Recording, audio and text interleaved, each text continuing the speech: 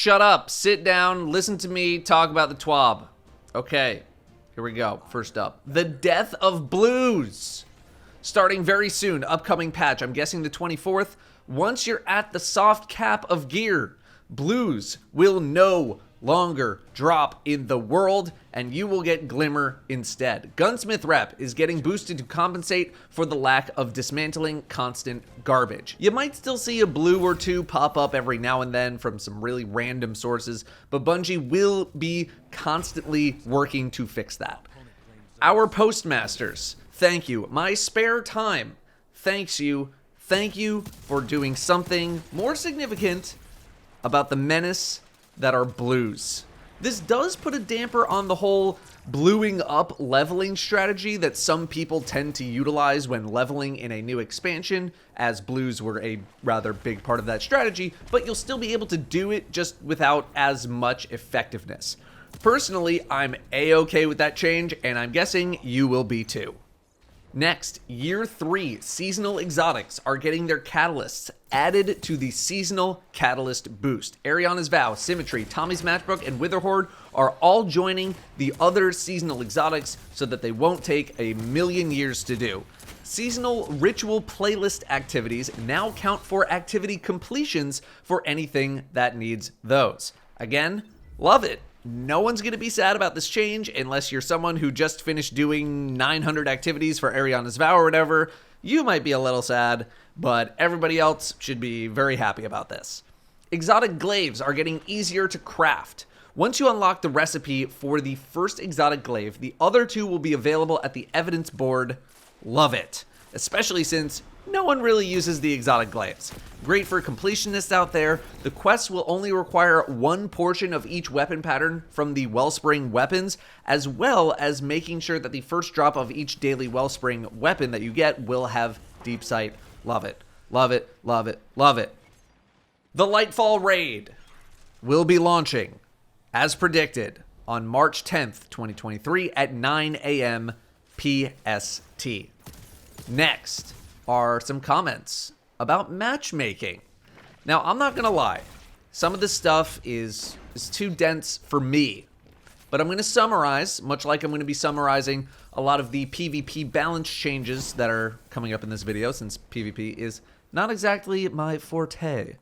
Bungie is trying to eliminate the need for freelance modes by improving their matchmaking. The hope is that the game's matchmaking will get so good that it will automatically put solos versus solos and teams versus teams on a highly consistent basis. Iron Banner is going to be the first to have its freelance mode removed whenever Bungie feels comfortable with how things are going, with this extending to more intimate modes down the road. Bungie is aware of the current status of matchmaking and are trying to work towards improving the features as much as possible and believe that they are on the right track. Again, as someone who is not engaging with PvP that often outside of a very rare Trials card, playing with Jez and Danielle, or needing to do seasonal challenges or triumphs, I do not feel as qualified to discuss the state of matchmaking in Destiny. I have noticed that in the times that I have played PvP, that my matches are noticeably more difficult for me than they have historically been. My quality of opponent is higher on average in stuff like Control and Iron Banner. And I know that matchmaking is never going to be something that is considered solved or ideal to everyone who plays the game. But I would encourage watching someone else's opinion on this matter for a more nuanced take, because I just do not have the experience to speak at an expert level.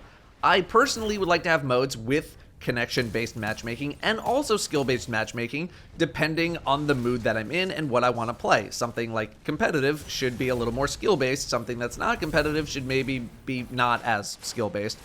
But there are always going to be fights about this no matter what. Next up, we have airborne effectiveness changes that, again, I'm going to summarize. I'll start with what I believe is the headline. Bungie introduced AE to prepare for a world of Strand, where people are going to be flying all over the place and they didn't want Destiny combat to start rotating to the air. In a world pre-SBMM, people who were good with airborne shooting were just destroying lower skill players. Despite Bungie achieving their goals with airborne effectiveness, the cost in player fun was too high. In an upcoming update, Bungie is buffing primary weapons to feel a lot better with no investment into airborne effectiveness, to the point where things should almost feel like how they were in a world pre-airborne effectiveness with an Icarus mod in your gun. Again, primary weapons. They're going to be prioritizing precision to land crits when airborne, so if you can really pinpoint someone's noggin, then you should be getting those crits. Special weapons are also getting a buff to their airborne play, with snipers and slug shotguns getting their base accuracy penalty reduced by 50% when airborne, and pellet shotguns getting the penalty to accuracy while airborne removed. I'll spare you from the precision, angle, cone, scalar, accuracy, penalty talk because it's all word vomit to me and probably to you. The need to know is that Bungie is easing up on airborne effectiveness, but it is still a thing. SMGs at really high range values are out of scope compared to other SMGs, so Bungie is going to be reining them in a bit, but also seemingly buffing lower range SMGs to make sure that they're effective in that small range window where they are supposed to be effective. Adaptives are also getting a slight buff to bring them more in line with their lightweight counterparts. Pulses are very strong right now, especially considering the maps in rotation, so Bungie is also hitting their range stat and also increasing their recoil on mouse and keyboard by 20%. The BXR is also getting a slight zoom reduction from 20 to 18, as it is, quote, by far the most effective legendary pulse, end quote. Sidearms are getting a slight dialing back of their range as they're a bit too effective from too far away.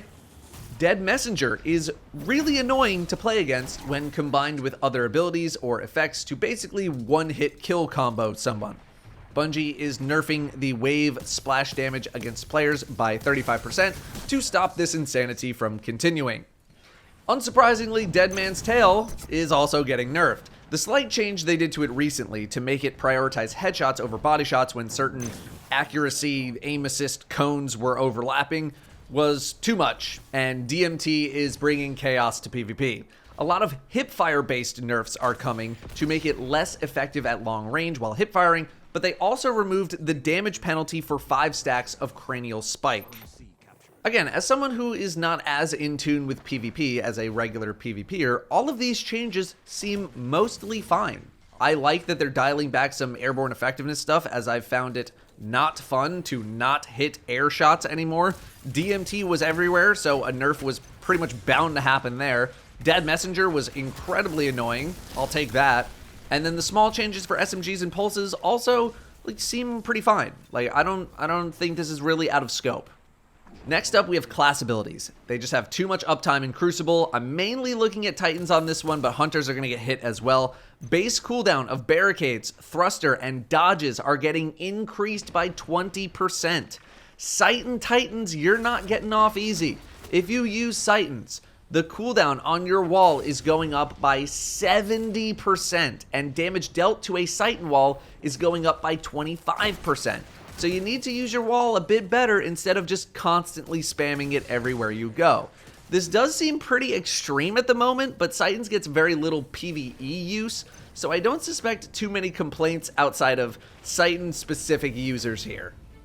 Touch of Thunder's Storm Grenade got a slight nerf a while back, and literally nobody cared, so it is getting a more significant nerf, mainly in the movement department. It's going to travel slower overall, along with a slight nerf in damage. Shotgun users rejoice, as Bungie is removing the stability, incoming flinch, and shotgun pellet spread penalties when sliding. This change was made in a pre-SBMM era and was made to reduce the number of engagements where the outcome was basically decided by sliding. Shotguns have been tuned a lot since then, and Bungie wants to see if removing this penalty changes anything. Finally, Bungie has some large-scale ability balance tuning in the works for Lightfall and beyond, and they will share more over time. Again, none of this is really too surprising to me. I know I've seen a lot of perma-shielded Titans in PvP. Titans, not as much in general PvP. That feels more like a Trials thing. I've seen complaining about all of the class ability spam in Crucible, so yeah, this all seems in line with what I've been seeing and experiencing. But that is the extent I feel qualified to discuss these adjustments as a more casual player of PvP. they all seem pretty fine. Also, Bungie has made a new Twitter account for Destiny 2 Team, which is essentially going to be where Bungie can more freely talk about changes and feedback with the community instead of relying on the personal accounts of community managers. I'm sure you can make a pretty educated guess as to why this is happening, but it's also just a very smart idea to centralize all information across one account instead of a bunch of accounts. That's your TWAB. It all looks pretty good to me, looks pretty fine. I love the no blues anymore. I love the catalyst changes for the old season exotics. We got the raid date 100% confirmed. Yeah, I don't think I have that much to offer on this one in terms of thoughts. This is just more of a news update than anything else. A lot of good news in the past couple of days, past week. That's been awesome. Most of the other changes are PvP related, and again, I think they mostly seem within scope. Nothing seems too out of the ordinary, so I'll just leave it at that. Thanks for listening. I'll see you next time.